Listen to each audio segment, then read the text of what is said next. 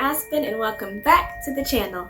So today is hopefully a pretty short video where I wanted to address someone's question in the comments talking about regression block. So change of plans, I'll be back. I have to go take care of adult things, but I will return in a little bit, probably looking a little bit different. Okay, so this is part 2, or not part 2, this is take 2 of this video. We'll see what intro I leave in, but yeah, a lot of issues were happening, but hopefully I can get it done today. Sure, if you are a little who age regresses for comfort, then this is probably something you've definitely dealt with before. I know I do, and you know, it can be very, very irritating and stressful to not be able to get into like this headspace that you find so much comfort in. And so today I'm going to give you my personal tips for what I do to try to get out of that. Your disclaimer, this is just what I do, by the way, and I can't promise it'll work for you. You kind of have to find your own ways to find comfort, but you know, this is what I've been doing that works for me most of the time. So my step number 1, which seems kind of cliche and kind of lame, but it's just don't stress yourself out over it. Truly, if you are an age regressor, odds are you're going to fall back into a small headspace at some point. Just give yourself some time. Let some days pass, let some weeks pass if that what needs to happen. You know, don't try to force your brain to some type of space, because the more you force it, most likely the more it's absolutely not going to work. So just be calm, let yourself breathe. It's fine, you know, you're still an age regressor even if you haven't regressed in months. It's okay. Okay, step 2 for me is doing little space things that don't require like a full regressed mindset. So like what I mean by that is when I want to feel small but I'm not really getting there, then I'll do like babyish things like biting my fingers, or you know, like watching cartoons that would interest me, like no matter what headspace I'm in, or like looking at things that I found nostalgic, like from childhood, but they don't make me necessarily feel like a baby. So like I'll watch Gravity Falls, which I enjoy regardless, or like randomly I've always just like horror games. So I'll like watch my favorite YouTubers play Five Nights at Freddy's or something like that, and it'll make me calm and happy, and it can like slowly but surely get me into a younger headspace if I just, you know, calm and steady. But this goes with step 1, don't try to force it, just slowly work these little behaviors back into like your repertoire, you know. By the way, in contrast, I would probably avoid more intensely regressed behaviors that like require a smaller headspace. Like I typically don't play like make-believe with my dolls or anything whenever I'm not feeling small, because I might just end up feeling silly and like I'm not paying much attention to it, which does not make me feel small or happy. I'm just doing it for the sake of doing it. So I tend to avoid those and work myself into things that I would enjoy no matter how big or small that I feel. Okie doke, step 3, and this is the step that works the most for me and like what most times, 9 times out of 10, will get me there, and that is just immersing yourself in like little space content. So for one, be careful with this. There's a lot of not safe for work things online, so be really careful. You know, protect yourself, especially if you're a minor. Be really careful around these adult communities.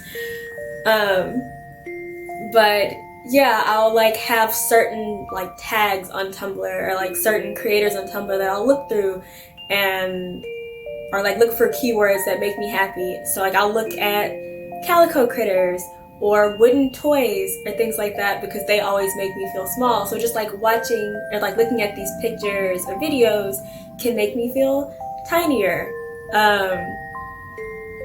I recommend like comforting like YouTube things that are both for little space specific and for just younger audiences.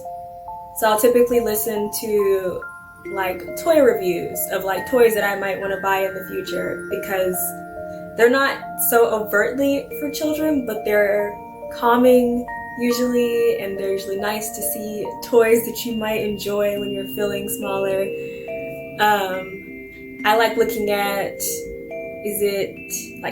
like children's songs, especially interactive ones that will like get me invested. I look at super simple songs, I think, on YouTube, and they have like, you know, things like head, shoulders, knees and toes, and other like interactive play along type songs, and I think that works super well for me. Something else I do that you do have to be careful of, and I wouldn't recommend trying to do this to like completely fall into a small headspace, but just to kind of like get yourself more acquainted again, is I will read like fan fiction about like age regressed characters. Like I'll choose like my favorite fandoms, and then they'll have like lots of like Little Space and like Littles with Their Caregivers type stories, and I think they're super cute, and by virtue of like watching my favorite characters be small and like feel childlike can make me feel childish myself. So like sometimes I'll read those and I'll like stop in the middle because I already feel like I am the same age that they are portraying, you know? So I'd recommend. It works surprisingly well for me. Now I'm going to work into like my slightly more aggressive steps into falling into a little headspace. And again, be gentle with yourself, don't be aggressive, but like these are just more like I want to slip and it's not working type things. So first, a change of scenery can work really well for me. So like that, by that I don't just mean like going to a different room of the house, but that can work too. But like for me, I'll most likely just go outside, which for me works in two ways, of which this sounds bad, but it works for me. Being outside, because I have really, really bad anxiety, will make me very anxious, which naturally makes me feel more childish because I don't feel as equipped to like be outside, and it kind of puts me on uneven footing. But I'll also like combine that with going out to like playgrounds or something during, I would recommend going through hours wherever like people are in school or work, so that there's no one there, so that you feel more comfortable like being by yourself, but you're still in a public place. But yeah, like I'll go to the playground and get on swings or ride the slide, and the combination of like being surrounded by these things meant for children and the natural anxiousness I feel with being in a different, you know, location than I'm used to can really lower my headspace quickly. The trade-off for this, however, is like you are in public, so if you are the type who falls really, really deeply into your headspace and you know you find it hard to function when you feel too small, then maybe disregard that step. Keep yourself safe first and foremost. That's most important. But for me, I'm usually, if I'm in public and I'm starting to slip, then I feel big enough to at least go home. So yeah, I might be more emotional or sensitive, but I'm still functional. It's okay. So my last more aggressive tip is I just force myself like through a Little Space day. I use force loosely. Little Space is supposed to be fun whenever, you know, it's intentional, so don't make yourself miserable. But like, even if I don't feel small, I'll wake up and like for me, like one of my main triggers is just the way I like look and feel. So like I'll put on a onesie or a diaper, cozy, comfortable clothes, and I'll like surround myself with all my toys, turn on a children's cartoon like in the background, like essentially overwhelm myself with Little Space things. And then like for a while I don't like allow myself to do adult things. So I won't be on YouTube watching more mature shows. I won't, you know, be going through Instagram. I very much like, yes, I'm only going to like eat baby foods or act like this, or if I'm bored then I can play with my toys, but like I don't do anything else. And so lots of times, because I'm just surrounded by it, I'll just kind of naturally fall into this headspace by virtue of like essentially having nothing else to do. Once again, that sounds really aggressive. It is more aggressive, so, you know, be careful with yourself. Don't force yourself into things. You might end up making yourself not like it if you Okay, my phone literally cut off on me, but yeah, I was just saying, you know, when it comes to like forcing yourself to do little space activities, be careful because you don't want to make yourself hate feeling small because you're forcing it too much. So yeah, just use that last tip sparingly. Finally, I just wanted to round this off again by saying, relax. It really will be fine. You don't really have to overly force yourself to do anything. You will get back to doing what you want to do. You might just be suffering some form of burnout, so it's okay to relax and be calm.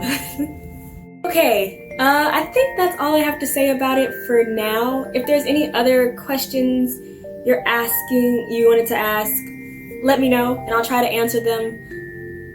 Sorry if this was incredibly frazzled. My way of getting out of like regression blocks are really whatever happens, so I'm sorry if it came off a little chaotically. I tried to keep it as organized as I could.